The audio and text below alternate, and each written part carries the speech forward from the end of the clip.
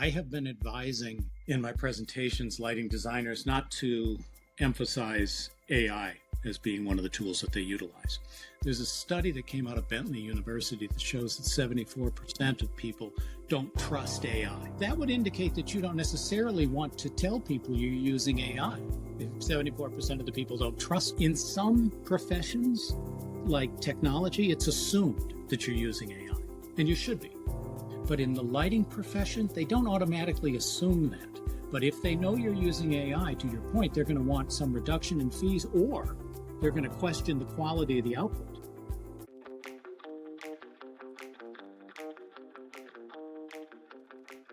Mark, welcome. Good to see you again. Good to see you again, Martin. Thank you for the invitation. Last time we met, I think, and spoke to each other was at Light Middle East about 2 years ago. We might have bumped into each other at another event, but I remember very well that I attended your presentation. And already then you were talking about AI and about how AI was slowly getting into mainstream. So what did you see at that time, and what has changed since you did that presentation 2 years ago and today? Well, that question will last the whole hour. Okay. I know. Well, let's I'll just tell you dive in. Let's just dive into it.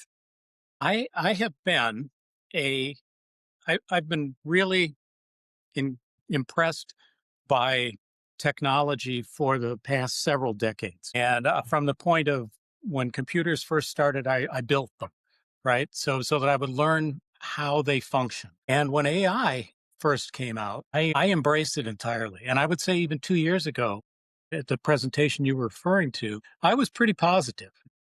So you just asked what has changed. I've got gadgets all over the house. I still really embrace technology. And it may not sound like that by the time we're done talking, because I've shifted dramatically in the last 2 years on AI. First of all, it's here forever. It's not going to go away. It's already potentially saving 40% or more of our time. And I say potentially because it depends what you do with that extra time, right? Yeah. But it's potentially saving that much time. So it's not going away, and it provides a valuable service. But the pendulum may have swung just a little bit too far, because what's happening now, and it takes a while for research to come in, right? You know how this all works. So it takes a couple of years for a project to get funded, to get going, to finish, to do the conclusions and the summaries and all of that. But we're starting to see a large body of research come in now that is almost entirely negative about AI. I subscribe to a lot of peer-reviewed journals like Nature and things. Nature Science covers this in depth. And I go to MIT twice a year. They have 2 flagship technology conferences there, MTech in the fall and MTech AI in the spring. And I've been going to both of those for years because the Massachusetts Institute of Technology has been a real leader with AI. And they bring people in from all over the world. But this last one, Martin, it was a big shift. MIT, in my opinion, MIT is very pro-business oriented. They always bring out the kids that have started their own businesses and talk about how successful they are, and they're getting people started in business, right? So they were pro-AI until this last one. I saw a little bit of it in the spring, but in the fall this year, it started to shift too. And my opinions had already shifted, so it was pretty validating to hear some of the things that they said. We're starting to see the damage that it does. And anything strong enough to help us, strong enough to hurt us. And this is strong enough to help us. But it's also starting to hurt us. Things like cognitive atrophy. There have been a number of studies done on that already. You have GPS in your car, no doubt. Right? And I'm profiling you here, but you're of the age where there was a time when you didn't have GPS. No, we had maps. You had maps. And you used those maps, and you looked at the map and used your brain to kind of plot it out visually, and you learned about directions in the city and how to navigate. But over time with the GPS, most of us, that skill has atrophied. We don't remember a lot of the streets and things because it takes us there, right? Mm, Well, this is what's happening with critical thinking skills. mm. Is if people rely on AI to do their critical thinking skills repeatedly, then there's going to be an effect, and it's a cognitive atrophy. They start to lose their skills. So people are at companies, CEOs are putting people in place, telling them to use these wonderful tools like ChatGPT 5 and Claude Opus and all of those. But the more they use them, the less skilled they But they get. actually are. Yeah, And it's ironic, yeah, but yeah, yeah. we have peer-reviewed research to validate it. Yeah, yeah. So it's quite interesting because you also look at that from research and educational point of view. I'm obviously also looking at it from a design practice point of view. These are two different angles. I spoke recently to a lighting education academy where initially they discovered that people starting to use AI because the submissions were totally drastically different. So Yep. they could just notice from the submission that they were. So then they stopped and they paused to reflect on it. And then they thought about punishing people using AI. And now they're sort of thinking, well, maybe we should embrace it and see how we can positively use that. But I think you bring a very valid point that is valid for both a design practice as well as an education. Where do you get with your actual human education, the human part of developing your skills? You and I are from a generation from before computers where we had to do our own manual calculations, do our own thinking. Indeed. Now it's done for you. How do you develop the knowledge and the expertise and experience to being able to assess what a computer, what an AI tool is going to develop? Guy, Where is that going? you went right to the core. And this is something that's been discussed quite a bit at MIT. There is no momentum now for training people to provide AI oversight. And universally, there's no one that trusts AI because generative AI, the iteration that we're in now, it's designed to make things up. I mean, we think it's hallucinating, but that's what it's designed to do. It makes up images, it creates, videos. It's designed to make things up. So if it can't find an answer, for example, it'll make it up. It'll make up pages of references with people's names and the universities and everything else that don't even exist. So the problem is it requires oversight. And where are we going to have those skilled people that can be smarter in at least that area than the AI? Mm, And nobody's funding this. Nobody is working on this right now. mm, mm. But we're headed toward a period where it's going to be critical. I read this morning, just this morning, because I got up a little early for this. It's a little earlier here than it is with you right now. But yeah, I read this morning that companies are paying up to 700,000 US dollars for employees' communication skills. Yeah. Because people use an AI all the time, they don't culture those, they don't develop them. You Mhm. know, there are groups that do that. We have, for example, since the 1940s, there's been the Dale Carnegie organization that teaches communication skills. But they aren't as big as they used to be, and there's not as many people using it. So some of these skills are going to atrophy, and there finally is recognition of that. But instead of training people, they're just paying more money because the Yeah. tech companies right now have some pretty deep pockets. Yeah. So So you went right to the core. yeah, yeah, yeah. So let's unpack it a little bit. So where do you see? Let's look at the positive side first. Where do you see that AI will be helpful? And you may want to split that into education, research, and design profession. But there must be quite a number of points where obviously there's a lot of positive impact that can result from using AI. No doubt about it. I met last year with a gentleman who was founding a new software company using AI Hmm. for lighting. And the website is photometrics.ai.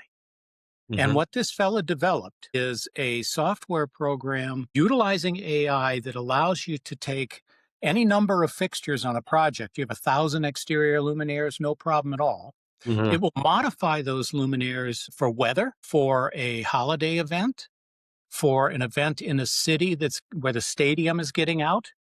Hmm. Times when lighting should change, right? Right. Yeah. It will do it automatically just by programming the parameters into the AI tool that he's developed, software tool. It knows to send the right signals to these individual luminaires. And you can control a So thousand that's of about lighting control. this is lighting control, but Okay. it's Yeah. an example of AI in our industry doing something very unique and positive. There's no doubt about its capabilities. It's just that I think we don't have quite enough awareness yet or understanding yet of its risks. And I say understanding because the people that have developed these large language models that inform our AI models, they don't understand them. And every person who's involved that I've ever heard said, we don't know what's going on in these black boxes, right? No. They're No. No. No. teaching, the AI appears to be teaching itself things that it was never programmed to learn, like languages and things like that. Yeah. Yeah. So, yes, there are a number of very significant positive attributes to AI. The book by Ray Kurzweil that Yeah. Yeah. came, yeah, it's very positive and it goes into a lot of detail. So, in terms of product and capabilities, there's so much positive to talk about, and he spent a whole book on it. And then a writer and philosopher and professor from Israel, Yuval Harari, wrote a book called Nexus about the same time. He even referred to Kurzweil's book. He says, if you want to hear things positive about AI, read Ray Kurzweil's book. But I'm going to tell you some of the things that we've learned that aren't as positive. And he did. And he wrote an outstanding book on that because we're starting to get that realization. But even since Harari came out with that book a year and a half ago, whatever, Mm. even since then, that's when we're starting to see the actual research, not just anecdotes, roll in about the risks. So, yeah, I'm with you on it. I saw a presentation recently from a colleague at Acuity Lighting, and he did a great presentation on all of the individual software tools and what their pros and cons are that are utilizing AI. Now, our industries, we can make this a subject of conversation if you disagree, but I think the lighting industry is pretty reactive. It's not proactive as a rule. Right. I think we tend Well, to. you can say that because you were talking about it years ago. So I, from that perspective, you can say, "Oh, we're a bit late to the party," but yeah, I think so. Like yeah, sustainability, for example, we could have yeah, led in that arena, but we kind of waited, and manufacturers didn't want to retool, and all of those things. So we're a little late sometimes when we get to the game, and I think it's that way with AI right now too. mm, I wrote for a presentation I did last year. I wrote the major software companies and asked them what they were doing with AI, and I got an answer back from the software that's used most often for lighting design in the United States, and they said we're not using it. We don't have any plans to. And I thought, interesting. well, yeah, I thought that was very interesting. The other ones all said, we're planning on it, or we've got this little tool here, or here's a third party software that you could plug in that uses AI. Revit That's has. really interesting. You know why it's interesting? Because as you know, I've been teaming up with an AI specialist and put this AI fundamentals course together. Mhm. And we, as an exercise, we did a dialogues calculation and then gave that to an LLM, to a ChatGPT, and Sure. asked it, "Can you improve? Tell us what you see and how can you improve, and tell us what could be changed to make it better, etc." And for sure, it came up with potential improvements in the Yes. calculations and the outcomes. So Yeah. it sort of surprises me that a software company, and I'm just referring to this like calculation software, but you would think that would be the first thing that we're jumping on. Yeah, I would No. think so too, but that's common sense, and that's not always business sense. And yeah, Yeah, when I but told a very respected colleague of mine at the Illuminating Engineering Society. When I told her the response that I'd gotten from this software company that they weren't planning to use it, she goes, "Well, yet, if they want to survive." Hmm. Because, Sounds like a Kodak moment for me. yeah, well, Kodak moment has changed its meaning, hasn't it? It's not about the photo, it's about them passing on digital and all of those Yeah, other yeah, things yeah. that destroyed their companies. But yeah, it is a Kodak moment. Talking about your activities and involvement also in the research and the academic part, how how is AI being integrated or embraced? Maybe I have to say, in order to make an ethical use of it in study and how to help students, researchers, because it's been said that future Nobel Prizes will all all be AI driven. You know, how does that? How do you see that from your point of view in the area that you're busy with? Well, some of those the work that that gets us to those Nobel Prize winners, some of their work will be AI driven. But their critical Mhm. thinking skills, I think, will be what differentiates them, right? Right. Can you rephrase the rest of that question? No, I'm just wondering how they integrate AI in order to move into the future, because obviously you were learning in the past. Maybe you were using Google search and Wikipedia and whatever to update and develop yourself. Now we have AI. You can do research in 10 times faster. You can get multiple solutions and options presented to you. How does an academic institution or research institution deal with that in terms of still managing their students and the outcomes of what they're looking for in terms of whatever curriculum they're following or the research projects they're doing?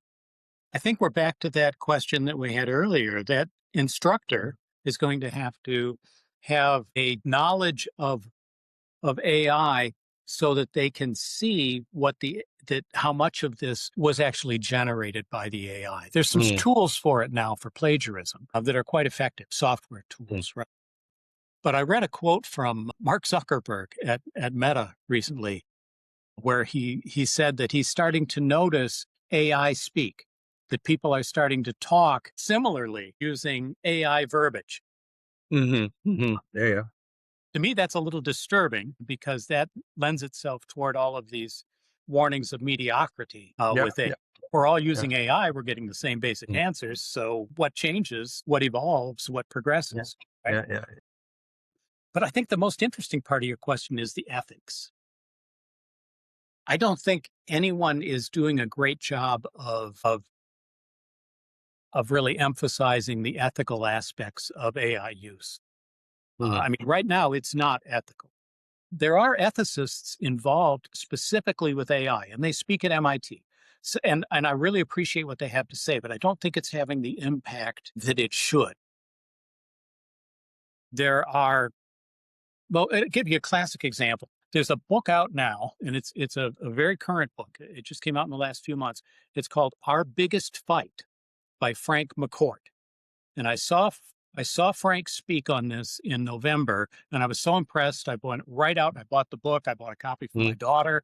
I mean, mm, I went right to it. He talks about how our digital life is our life. It's just digitized. So the things that we create and do that are digital, we created them, we did them. But the tech companies are making billions of dollars off of these, and we're not being compensated at all.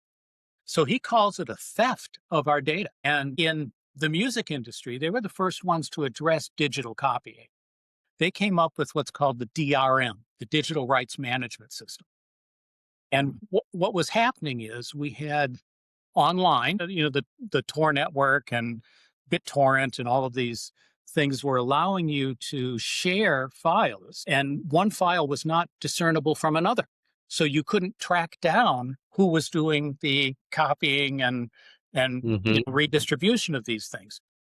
So what they came up with, and the movie industry's done this as well, is a digital rights management system where they produce this thing initially, and then every copy has its own identifier.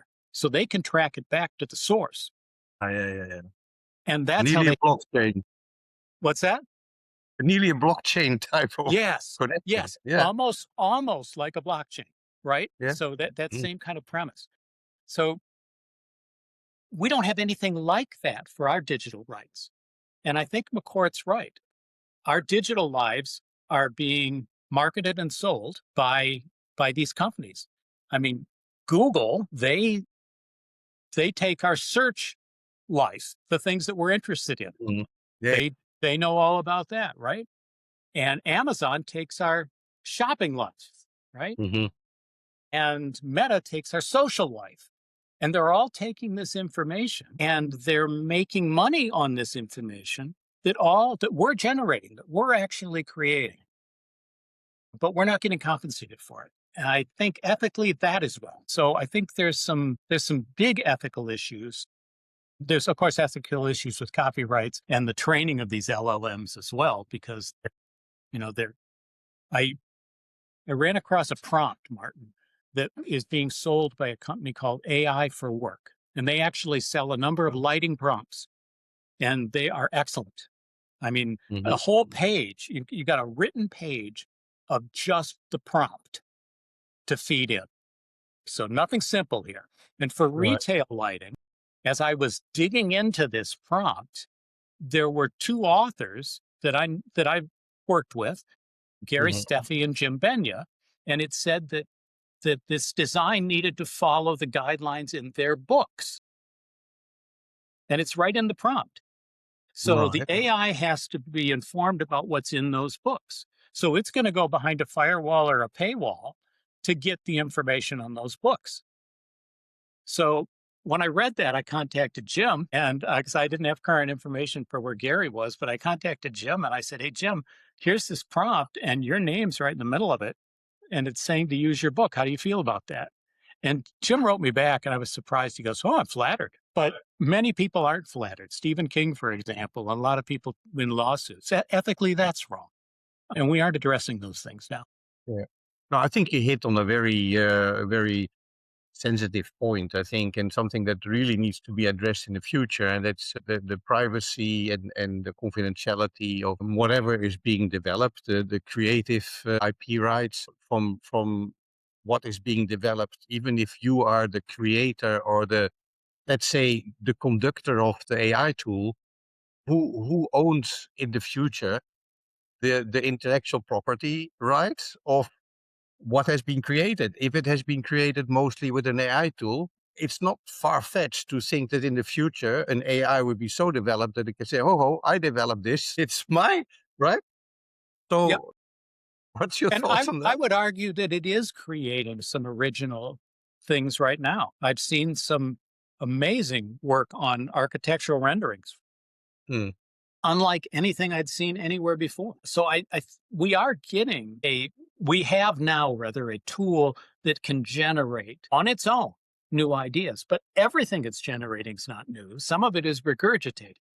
I've got a chart here. I saw this last night. Let me pull it up right now. I can't get it on the screen, but I can show you. It's somebody posted where AI gets its facts from, Mm-hmm. and it's a graph, and it shows that it gets 40% of its facts from Reddit, 26% from Wikipedia, 23% from YouTube, and 23% from Google, and then it breaks down Yelp, Amazon, Facebook, TripAdvisor, all these others. Mm-hmm. But when you Yeah, look yeah, at yeah. those four, I would say arguably of those four, Wikipedia is probably the most accurate, but not always, right? They even put Mm-hmm. disclaimers on the Wikipedia pages. Yeah, yeah, yeah, yeah. I don't trust information on Reddit. I trust YouTube when somebody tells me how to fix a dishwasher, but I don't trust YouTube for everything, right?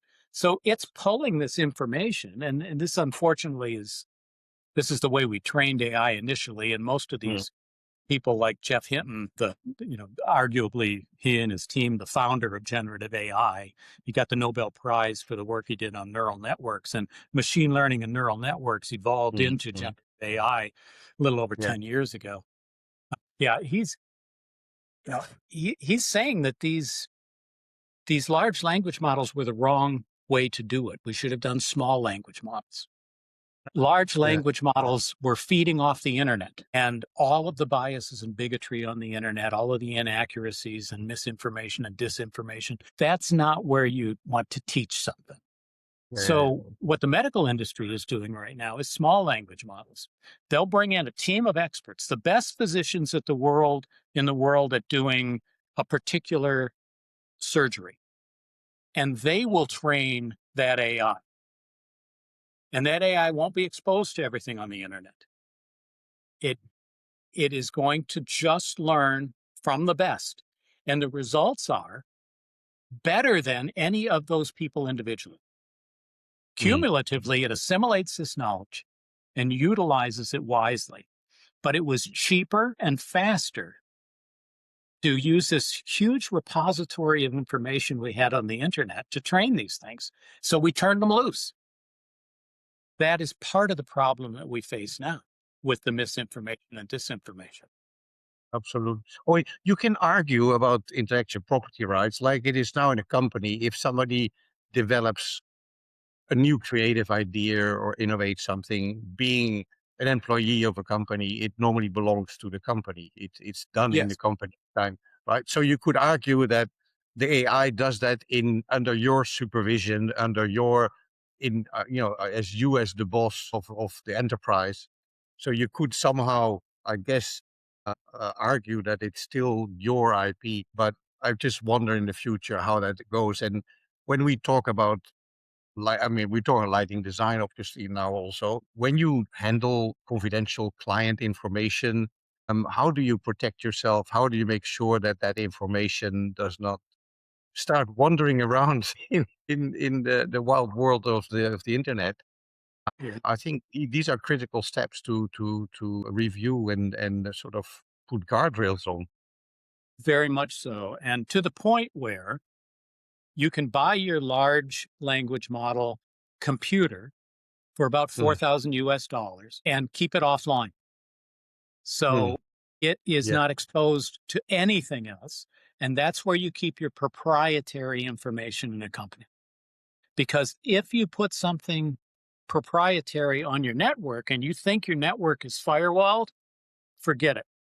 Mm, These AI tools, they have a success drive, and it's being mistaken now in many cases for a survival instinct, but it's not a survival instinct. I've got a quote here that I was going to read from Anthropic, the mm, company that makes Claude, right, and the yeah, new okay. Claude Opus. When they were working on Claude 4 Opus, the researchers were testing it. So they told the model, the Claude Opus, that it would be replaced by another AI system by sending an email to the chief engineer that, and they told it in this fictitious email that they intentionally sent to the chief engineer, it said, you need to turn the AI off in 2 weeks. We're replacing it with a whole new system. Well, at that point, the AI went into blackmail mode.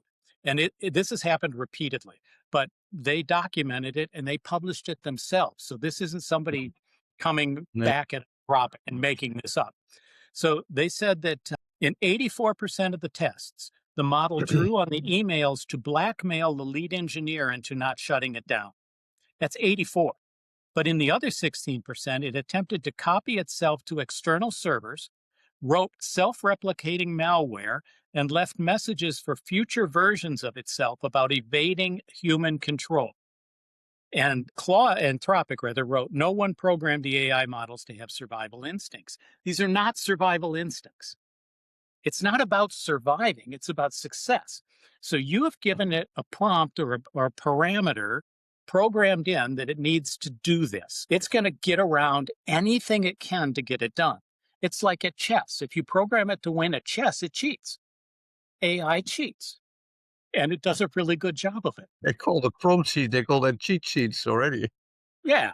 So anyway, I think this is, you know, this is that success drive Mm, that is detrimental in many ways. Mm. because we don't understand the full implications. Do you remember the it was a fictitious story that Nick Bostrom, the futurist, wrote probably 10 years ago about paper clips? So he wrote that you program the AI. This is as generative AI was just coming in. You program the AI that its whole goal is to make paper clips. Well, it's I'm sorry, my cat is photobombing me here. Let me get that little guy out of the way. So what the AI is going to do is it's going to get as much material as it can and build as many factories as it can until eventually everything on the planet is consumed making paper clips. And then it'll go into space and make paper clips because that's what its success drive is. That's what it's motivated Mm. to do. Well, that's pretty frightening. And particularly if you think about solving problems like Yeah. climate change. Tell the AI to solve climate change. Well, what's the biggest cause of climate change? Humans and the things that we value and Yeah. utilize in our tools and our Mm. industry and our cows and everything else. It'll just get rid of people. So you got to be concerned about the consequence of what you ask. Yeah. Absolutely. Well, I mean, if you listen to Elon Musk and all his plans of having data centers all around the Earth, in space, and Yeah. Yeah. And building it on the moon and whatever. Yeah, well, it there's is. a real yeah, but there's an interesting concept there, and it's not Musk's concept, but it's a concept of putting data centers in space. Google Yeah, yeah, is working on a project now to get the data yeah, centers yeah, up into space, and they can yeah. orbit, and they have the advantage of the cooler temperatures. I don't know where they're going to get the And water, energy. but they won't need the water as much. But the energy, yeah, the solar, the whole thing. There's some real good potentials for that. But when you mentioned data centers, I also saw a chart on that this week. Currently in the United States, in 2026, we have 292 data centers, and they are using 7% of our total US power demand. That's a lot, right? But That's there's yeah, yeah. 292. By 2030, the projection is we will have 606 data centers utilizing 12 of And that's our, just the US. that's just the US. I know. That's I pretty know frightening. it's frightening, but that's why I think he puts his 6AI and his SpaceX all together. It's all like a bigger view of the future where energy and data centers will probably come from space in order to support all the compute power that is needed. Let's talk a little bit about efficiency versus cost, because obviously with AI, we should be able to get a lot of efficiency, a lot of speed improvement in realizing things. But there is also a cost aspect. You mentioned earlier, AI can make workers be 40% more efficient, but there probably is some hidden costs to that efficiency, possibly mentally, financially, environmentally. What's your thoughts on that? You know, the most interesting research I've seen on that is what people are doing with their extra time. So the Yeah. management know that they're putting AI in place and there's a cost involved in that, but that they can get a return of 40% of the efficiency out of their workers. But that's only if they come up with a task list to replace what was time saved, right? Mm. And if they don't, then those employees are going to do something that they want to do with that 40% of the time. Now, some of it may benefit the company and some of it may be shopping online, but you don't get 40% savings. You don't get 40% efficiency unless there is middle management providing that oversight. Mm. AI isn't doing a good job of providing oversight at this point. Potentially it could in the future, but it's not. So Certainly not now. Yeah. middle management is getting cut at most of these companies. So these employees don't have the same level of oversight that they used to have. Problem coming there, right? Problem is going to be developed. So in terms of efficiency, the numbers are impressive, but they aren't always realistic. Yeah. And It's the point potential. here, go ahead. No, I just said it's potential. It Yeah, yeah, potentially yeah, could. yeah. Yeah. And but what I'm trying to project also when we talk about the implementation of AI is that if we can do some things 10 times faster, how do you justify to your clients Mm, that still want to have the same fees? Because you can say, well, you do 10 times faster. Our commodity till today was time. But I think we need to have a dramatic shift in how we think about it and say, well, it's not time anymore. It's the value that we bring in, because if we can do things 10 times faster, shouldn't our design fees be cheaper? I mean, you well, could and argue that, yeah. So yeah, how in the do we present, bring that? How do we bring AI in and add value so that we can get still the same fees or even higher fees? yeah, it's going to have to be based on our expertise, not our time. You're absolutely right about that. I have been advising in my presentations lighting designers not to emphasize AI as being one of the tools that they utilize. There's a study that came out of Bentley University that shows that 74% of people don't trust AI and they don't Mm. trust companies to use it to their benefit. Well, that would indicate that you don't necessarily want to tell people you're using AI if 74% of the people don't trust it. In some professions like technology, it's assumed that you're using AI, and you should be. But in the lighting profession, they don't automatically assume that.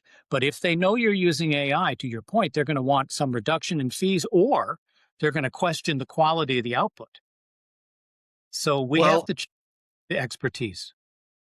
well, exactly. So what I'm trying to the message I'm trying to send out now is that yes, AI brings in the speed, the efficiency. Our experience creates the trust, right? And then the lighting designer can provide the integrity of the overall output. So we have the speed on one hand, we have the experience that human have, and not necessarily the machines, but us. And Yep. then we have the integrity part, which is the quality control, the guardrails that we provide. And that's where the value is going to shift to Hmm. experience and integrity and understanding of emotions and feelings, if you want to throw that in as well. Sure. That, yeah. Yeah. So that's, I think it's a shift in our identity as a lighting designer, I think, because we used to work based on time. Hmm. Most companies have timesheets every week, right? How much time do they spend on a project? And that has to be thrown out of the window, I think, very soon if you start using AI. And you can say, well, we are not going to promote that we're using AI. But I think with the amount of options and things that you're going to create, it will be hard to pretend you're not using AI. You might not want to promote it, but I think sooner or later it will be an integral part of the services. If you don't use AI, you'll be left behind because it's obvious that it will sort of balance out, and people will start using AI as an integral part of the services. So I Yeah. don't think we can escape the fact that we will have to acknowledge that we are using AI in our daily workflows. But the question now is, how do we reposition ourselves, reconfigure our services in such way that we still keep adding the value for a client and maintain the trust and integrity that comes with what we used to, you know, submit and create. You've got so many points in that statement. I think first of all, I'm not advocating that anyone be deceptive at all. If someone asks if you're using AI, yes, Mm. but don't emphasize it. Don't come up front and say we're AI driven, right? Because that is going to be a red flag for some people. Well, The trust, interestingly, not everybody thinks that way. I think you and I are on the same page with that, but you'll be surprised that people feel like if they don't tell that they're doing AI, they feel like they're missing out and they're not part of the new wave of lighting. And there is something going on like that as well. well, that's yeah, and intuitively you can feel that way. But if you look at the data and people don't trust AI, that should be a cautionary statement for you about emphasizing, Absolutely. Yeah, yeah, right? yeah. But the trust issue that you brought up, there's an excellent book. I don't know if have you heard of the 7 Habits of Effective People by Stephen Yeah, Covey? yeah, from Stephen COVID, yeah. His son, I was a trainer for Stephen Covey. So I went and learned how to teach it. And his son, Stephen Covey Jr., came out with a book, The Eighth Habit. And the eighth habit is trust. Right. Yeah, yeah. And you can't, I mean, if you have a trusting relationship with your client, then you can be totally upfront about all of these things, and you should, and that builds trust. But Yeah. uh, and that's he makes such a good point in the book about how it expedites processes. And one of the examples he gives is Steve Jobs and AT&T.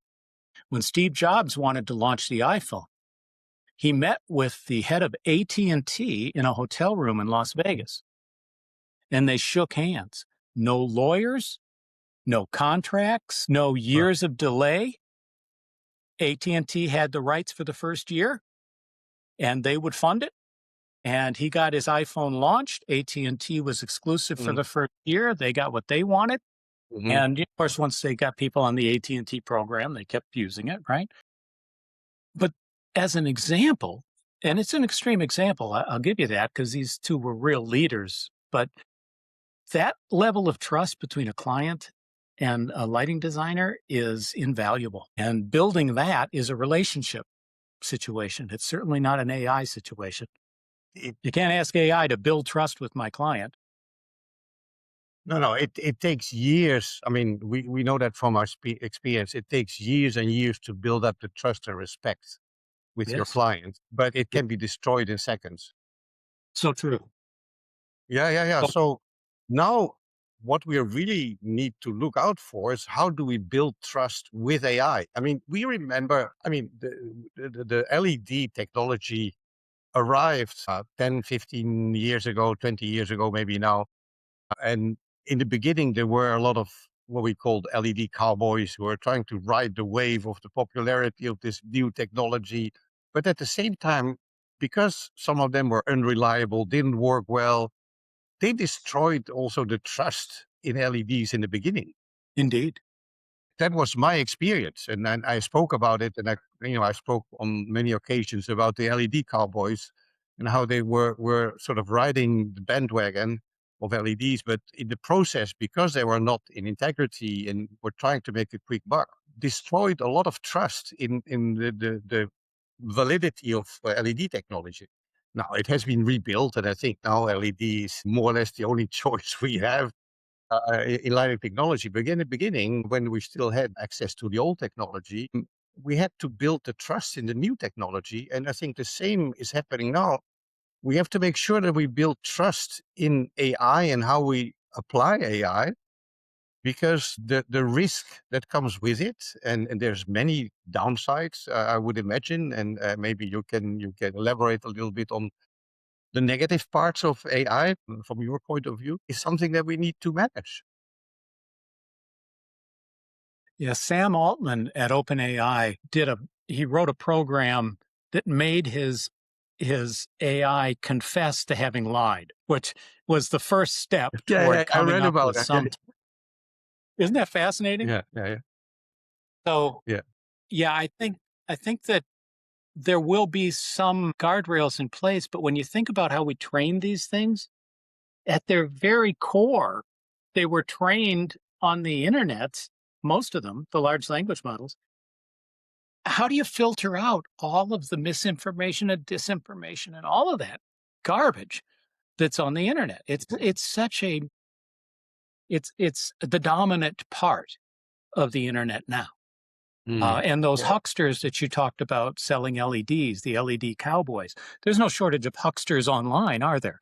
Selling vitamins that are going to make you feel healthy and Yeah, give yeah, you yeah, yeah. energy, no matter Well, the who you. whole biohacking industry is a whole story by itself. Indeed, indeed. So yeah, it's gonna be a real effort and a concerted effort, but I think it's one that has a monetary reward. So it's one that the AI companies are trying to resolve so that we can have some trust in this. But right now, nobody trusts it. And I find it absolutely fascinating at MIT that these people come out that develop it and say, don't trust it. Don't ever trust the results that you get. I mean, they're, No, they're still saying that. So obviously, we're not there yet. no, no. But as a critical thinker, as a creative person and a critical thinker, you always need to sort of critically look at any output, whether it's your own output or whether it's a machine-driven output. I think it's critical in any innovative and creative process to question yourself and is this really something that can be done, etc. But let me ask you a question about how do you use AI in your daily life, if you want to share that, Sure. because obviously we're all there now, and I'm pretty sure that you use most of the language models. But how are there specific tasks that you do with AI? Do you have your own AI agent already, or where are you when we're talking about AI? Once again, a number of subjects in there, particularly if you bring up agentic AI. For my own Go for use, it. I will. I'll be glad to. For my own use, I don't use it for writing. I write a column for Lighting Design and Application Magazine. I've been writing that column for, oh golly, it's been 20 years. 20 years, regular column. But I don't want AI influencing my writing at all. So I don't use it. I do use it all the time for images. And particularly, I really like the tool Canva. Mhm. I don't know, you're familiar with Canva, but it will generate an AI image for you, and does an excellent job. It'll generate that AI image that has no copyright problems. So I can put them into PowerPoints and not worry about it. It's an appropriate image. It's exactly what I want it to say and do. So I use that. There are a number of software programs that I subscribe to also. Sonos is one that is for music, making music. Absolutely amazing.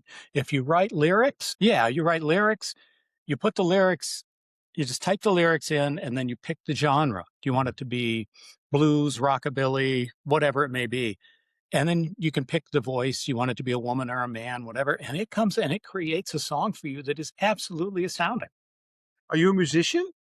Not a good one. I'm not a good one, but I've got a number of instruments in the house, and I play around the house, but I don't even have to play the instrument anymore. This program does lead guitar. I mean, it does all kinds of things on its own, and they sound original, but they're using your words.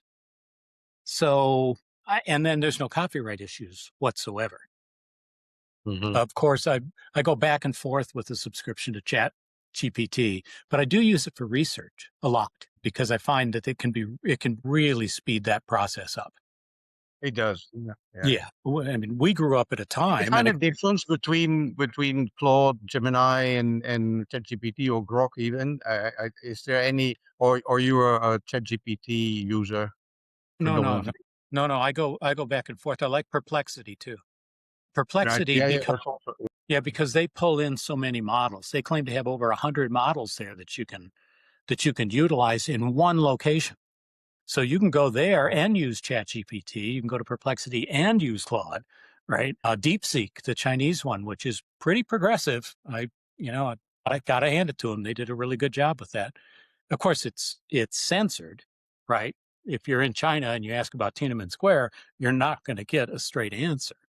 No, But then again, Grok is I had censored. one, but Somebody got the filters off of Grok. If you go to Grok's website, it says it's unfiltered content and all of this. But in fact, there are a list of filters, and it printed them out for one user, and you can't do that anymore. But I have a screen capture of it, and it shows that if you say any negative information about Elon Musk or Donald Trump, you're not to do that, right? It can't say anything negative about these two. That's a filter that's right.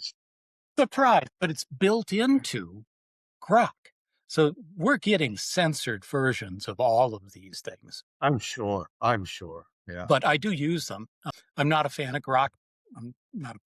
I mean, I understand the value of some of the things that Elon Musk has done, but I question everything that he says, Sam Altman says, Mark Zuckerberg says. They're shills for their company, and I you mean, know, in the end, it's all also about money. So it, they may want to project that they're doing that for humanity, but ultimately, it's about a power grab from whose platform will be the dominant one in the future. I guess. it is, and they're all making so much that you'd think enough is enough, but it isn't. And in the agentic AI, I've got a quote here that was from the November MTech session, and a staffer at MIT said this. He said that AI agents are a tax on business. So when you're creating agentic AI, he views them as a tax on business. He said initially they're an advantage, but when they become ubiquitous and every company has them, they're no longer an advantage. So Yeah, exactly. you're taking time and effort, kind of like the internet. It's, we all have it. So there's no big advantage, or the free versions of ChatGPT or Claude or whatever. You know, there's no big advantage anymore. It's an equalizer. Mm. Now, you can argue that it still saves time and efficiency, or potentially it can. So I think there's it's a counter argument to this for sure. But it's an interesting viewpoint, I think, because we are rushing toward this agentic AI right now. And some of these agents are really helpful. One speculation that I heard was that ultimately we'll end up with our own personal agents that will I do think, that will do everything for all of us, which means that we no longer have to go to the internet and everything else, and it will filter out all of the advertising. So this $127 billion worth of advertising that are on these tech company websites right now, they're going to have to think of another revenue stream. And they're not all doing well right now anyway. OpenAI will lose $27 billion this year. They're not recouping their investment. They're still putting more in than they're getting out. And they're going to work hard to get it out.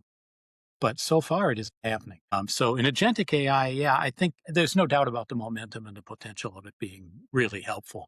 But if we ended up with personal ones that could actually maybe even protect our digital lives, it would be fascinating. But we're not there yet.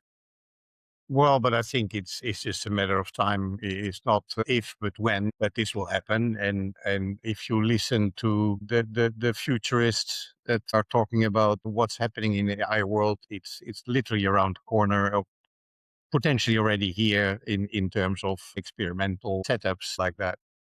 But I think what concerns us now as lighting designers and experts in the lighting industry is how AI is evolving. Where do we start implementing AI in our daily workflows? Where shouldn't we?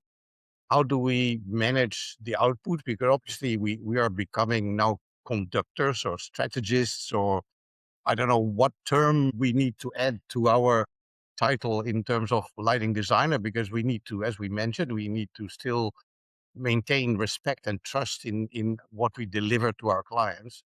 So that means you have to really manage that. And I feel that a lot of what I see around me is that there's a lot of courses about lighting design with AI and quick fix solutions for workflows to quickly create cut sheets or schedules and replacement of the boring work. But you still need somebody with experience to be able to look at what sort of renders are being created. Is that actually realizable?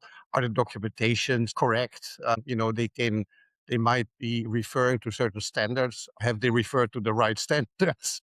Yeah. I mean, there's a lot of things that you can just say, oh, yeah, okay, you can just cut and paste. And those people that are not so experienced in that, you can straight away see that they have cut and paste things from AI. I mean, if you have worked with AI for a while, it's quite easy to spot, I would think, the whole setup, the structure of the wordings.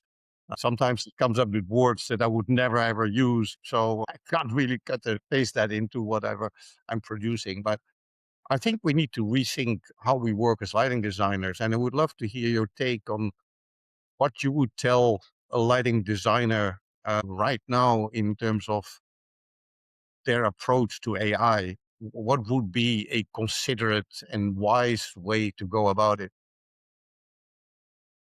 Some of this is going to be trial and error. I had a conversation with a librarian many years ago when we were starting to digitize things, right? So computers were coming to the point where they could digitize, for example, her card catalog. And that was the discussion I was having with this librarian.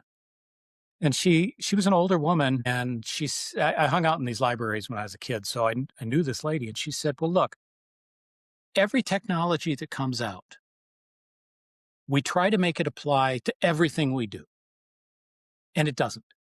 So by trial and error, we figure out what it does well and what it doesn't do well.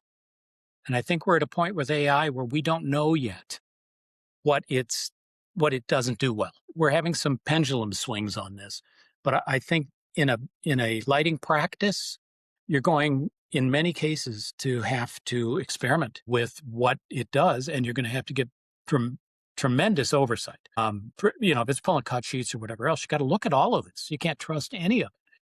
So the time savings isn't as extreme as it could be with that oversight factored in, but it's still, I mean, I've pulled a lot of cut sheets in my life. If I can have AI do it for me, God bless it, man. I want I want that. But you've still got to take the time and the effort. You mentioned that it produced words in writing that you wouldn't use. So you couldn't just cut and paste it. Well, that's because you read it. But what's happening is a lot of people aren't reading what it's spitting out. Yeah, yeah, I know. And that's when it becomes conspicuous, isn't it?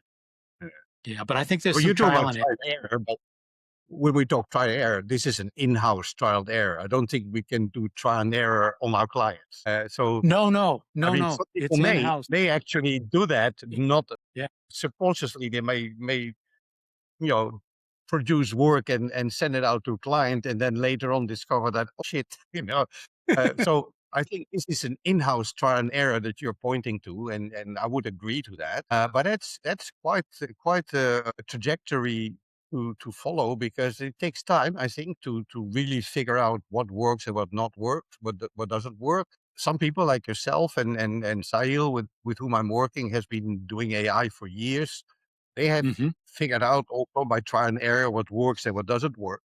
But there's a lot of us right now that are just jumping into it and do not have the trial and error experience. And when we started lighting design, it takes a couple of years before you have done the full cycle of creating your lighting concept to implementing it in real life.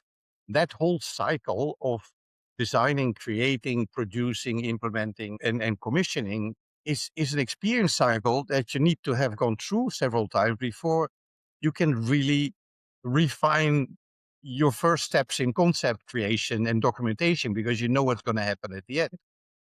And I think we have to do the same thing with AI. And my worry is that the newer generation that may not have the experience that we have. I mean, I'm 45 years in the business, and I don't know how long you've been in business, but I reckon it's very similar. Little over Huh? 50. Little over Yeah, yeah. 50. Well, there you go. So we carry a lot of experience with us, and we can see with one blink of an eye, we can see whether something is right or wrong based Yes. on our experience, our intuition, and all that. But the new generation who hasn't done, the younger generation who hasn't done that and straight away jumps into AI, I think they have a very important task ahead, is that they need to develop their personal human skills on top of AI, or maybe with the help of AI, but they need to develop that skill set. I mean, when I was young, I was a scout. I learned a lot of things, survival tricks, right? Sure. Which is something you also learn when you do lighting design. There's a lot of Yeah. survival tricks that you learn along the way, through trial and error, through mistakes that you make. You learn from your mistakes and from other people's mistakes as well. And that's how you build up your expertise. And that's my worry now with AI, that we're going in such a quick flight in terms of moving forward AI, that we'll get a lot of people that are using AI and basically trusting AI to do the right thing. And I'm worried about that.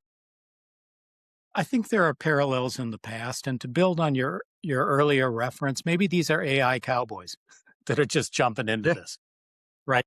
We had at one point, I read an article years ago that there were 700 new lighting companies that came into the field that year when LEDs were still evolving Mm. and a lot of profit left in them, right? So that happens.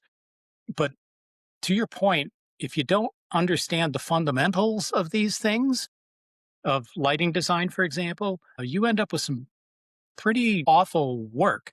And so it's critical. A friend of mine that runs a lighting design firm recently was trying to hire an employee from a competitor, and the guy came in and he didn't know the fundamentals of lighting. He just knew how to work the software.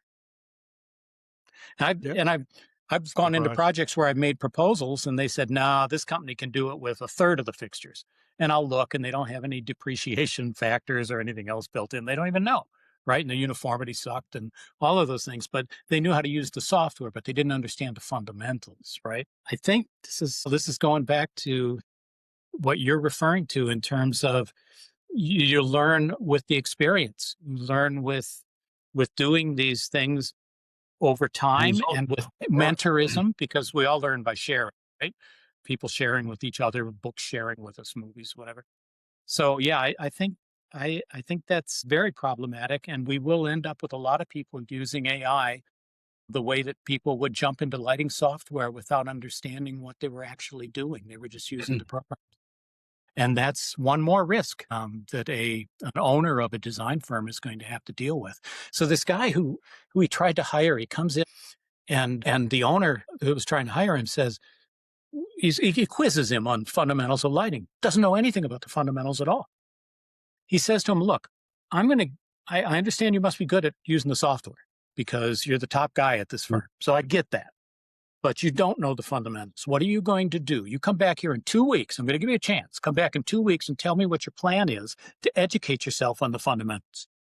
The guy comes back in 2 weeks and he goes, "I got it. I'm going to learn on YouTube." Well, I wouldn't call YouTube a structured educational training. Okay. You know, 5-minute videos on subjects, they may be helpful, but they're not going to provide the experience and the level that you're talking about. I think a lot of people right now, and I don't want to slam the current, generation moving into this field because I think a lot of them are just impressed the hell out of me. But there are some that are going to be looking for shortcuts, and YouTube's a shortcut, and thinking that they can quickly assimilate a lot of information, maybe even using AI is a shortcut, but there's no trade-off for the experience over time of doing these projects and learning what the problem points are and how to identify them and how to resolve. They may not see it as a shortcut, but that's exactly what when I met Sahil, that was exactly the sort of background in my mind that came up. That we're saying is it's okay if we do something for AI, but it has to be a fundamentals. We call it the fundamentals course, AI fundamentals, because he comes up with the AI stuff, and I'm his human consciousness saying, listen, but this is how we should do it. This is how we used to do it. You're saying this, so let's confront that and see where AI actually makes sense and where you need to really think about what the AI throws at you. So we have this battle that everything, in the course modules, he comes up with AI tools and doing this and doing that. And I'm saying like, ho, this is how we used to do it. And so I'm trying to confront in that course what AI can bring us and how we used to do it and how we can somehow manage and marry that together in a way that makes sense. But in whatever you do, the human experience, the emotions, the intuition is something that you have to build up yourself. It's not something you can learn from a machine. Only when you go to a site and you see the light in action or you play with lights, you get that, and I don't see, at least not in the foreseeable close future, how AI will learn all that. No, I don't know no, if you have a different view on that, but I think this human experience and knowledge buildup is something that's not yet replaceable, I think. no, it's not. And the AI models are getting much better at detecting emotion and sarcasm and trying to mimic it, but it's creepy as all get out because they aren't doing a real good job at it. And I think your course sounds fascinating. I hope attendance is high because the idea of having people from two different visions of a field, merge them in a teaching situation could be extremely valuable. It sounds like a very interesting fundamentals. Yeah, I think so too. I think it was critical to do that because we didn't just want to come up with quick fix workflow AI tools. Of course, we talk about it, but it's confronting that with real life lighting designer work, things that from experience and how you have built that up over years and years of project experience that makes sense. And yeah, I think that's the part that we'll need to really look into. Is anything that we haven't talked about that you wanted to talk about? I had two quotes that I'd like to close with. One Yes, is please. from E.O. Wilson, who is, Mhm. I mean, he's passed away recently, but he's I think one of the smartest people that's existed in my lifetime. And he said that the real problem with humanity is that we have Paleolithic emotions, we have medieval institutions, and godlike technologies. And I think it's true. You know, if we evolved to eat berries in a cave, Very good. we're not doing real well with the onslaught of AI and the speed of Yeah. change that we're facing right now. The other one is from Charles Darwin. And you just have to spin it just a little bit. He said it's not the strongest of the species, but in this case, think companies as well, that survives, nor the most intelligent. It's not the strongest or the most intelligent. It's the ones that can be the most responsive to change, the ones that can Mm. adapt the quickest. I think that's a Yes. Oh, yeah, valuable yeah, yeah, lesson yeah, yeah. for lighting design Absolutely. firms as well. Adaptation is critical, and that's going to require experimentation, as we've discussed. And that's also, I think, where the younger generation is probably a bit more flexible in adaptation. You know, how the older you are, the more rusted you are in your habits. And I think I embrace AI. I find it fascinating, but I know a lot of people of my age that are like, no, forget it. It's not for me. You know, Yeah, but what is that? What happens there? You know, some people just drop out and they don't keep learning. And I mean, I love change. I mean, I just that to me, that's there's always something fascinating going on with change. But there are a lot of people, and I don't understand why that don't. But then you take a guy like Dick Van Dyke. He's 100 years old and he's a techie and he's on the computer all the time and he's doing all of this the video graphics and everything, and he was a leader in doing that, and he's 100 years old because he has something intrinsic that makes him want to continue to learn. And some people just they want to stay in their comfort zone, and you never learn in your comfort zone. remind me of my grandmother.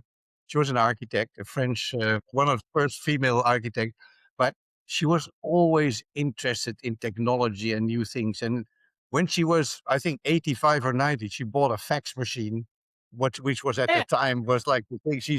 She wanted to know and she wanted to keep in touch with me, and she was sending me faxes and she wanted me to send a map and show her where I was in the world. And it was fascinating to see her interest in new technology. I think she was nearly 90 at the time.